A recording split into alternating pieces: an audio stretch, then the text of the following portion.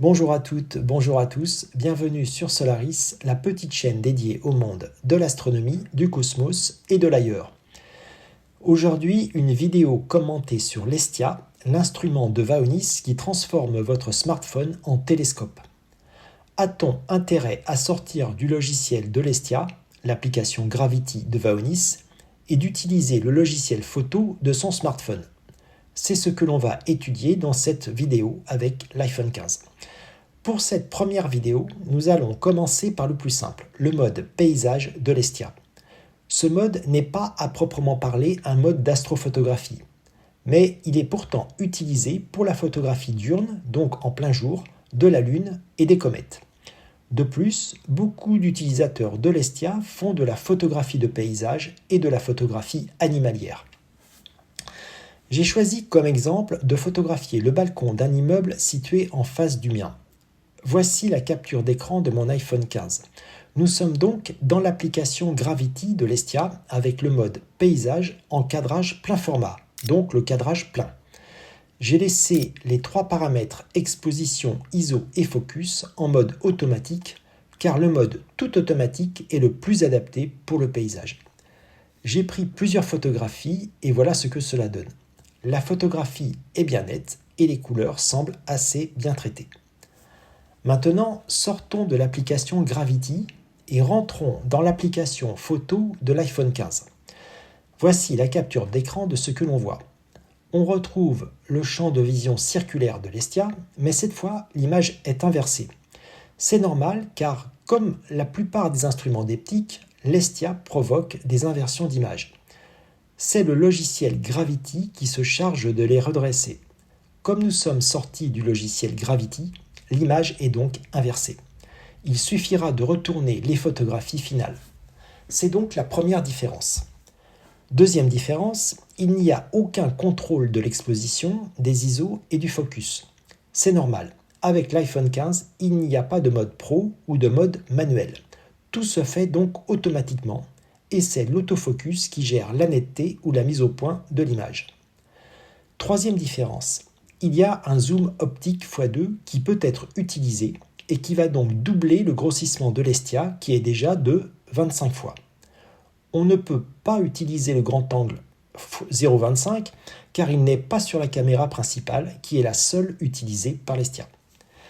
Le zoom optique x2 sera donc très intéressant pour la photographie lunaire et solaire, mais aussi pour la photographie de paysage. Quatrième différence, nous avons accès à un mode vidéo simple avec une très bonne définition d'image ou cinématique avec une définition d'image plus poussée. La vidéo est très intéressante pour les éclipses solaires ou lunaires, les couchers de soleil, mais aussi pour tout ce qui touche au monde animalier. Regardons maintenant les photographies avec l'application photo de l'iPhone. Je les ai bien sûr retournées pour qu'elles soient dans le bon sens. Et comparons les deux images obtenues à gauche avec l'application photo de l'iPhone 15 et à droite avec l'application Gravity de Vaonis. Sans hésitation, les photographies avec l'application photo de l'iPhone 15 sont beaucoup plus belles, elles sont plus naturelles et le rendu des couleurs est bien meilleur. Aussi, on voit qu'on a un champ plus important avec l'application photo qui utilise donc une plus grande partie du capteur de l'appareil photo. On a également un effet zoom avec le logiciel Gravity.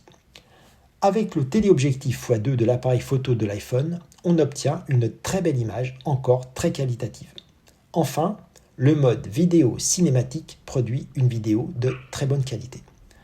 En conclusion, si vous souhaitez utiliser l'Hestia pour faire de la photographie de paysage ou animalière et ou produire une vidéo de qualité sur ces thèmes, et que vous avez l'iPhone 15 ou bien un iPhone supérieur, vous avez intérêt à sortir du logiciel Gravity de Vaonis et à utiliser l'application photo de votre iPhone. Pour l'iPhone 15 Pro ou l'iPhone 16, vous disposerez en plus d'un téléobjectif x5 sur la caméra principale. Si vous avez un iPhone inférieur, vous devrez effectuer ces tests pour savoir quoi faire. Beaucoup d'utilisateurs de l'Hestia font de la photographie d'avions de ligne dans le ciel ou d'avions passant devant le soleil. J'ai donc pris quelques photographies de comparaison avec, à gauche, les photographies avec l'application photo de l'iPhone et à droite avec l'application Gravity de Vaonis. Les photographies de gauche avec l'application photo sont systématiquement meilleures que l'on utilise ou pas le zoom optique x2. Je vous laisse avec des vidéos cinématiques d'avions de ligne que j'ai faites avec l'iPhone 15, l'application photo et le zoom optique x2. La prochaine vidéo sur l'Estia sera postée mercredi prochain et portera sur la photographie solaire avec l'application photo de l'iPhone. Vous serez, j'en suis sûr, surpris du résultat. Cette vidéo est maintenant terminée. J'espère qu'elle vous a intéressé. Merci de l'avoir visionnée. N'oubliez pas de vous abonner à ma chaîne pour être informé des prochaines vidéos. Laissez-moi un pouce vers le haut, cela me fera plaisir. À bientôt sur Solaris.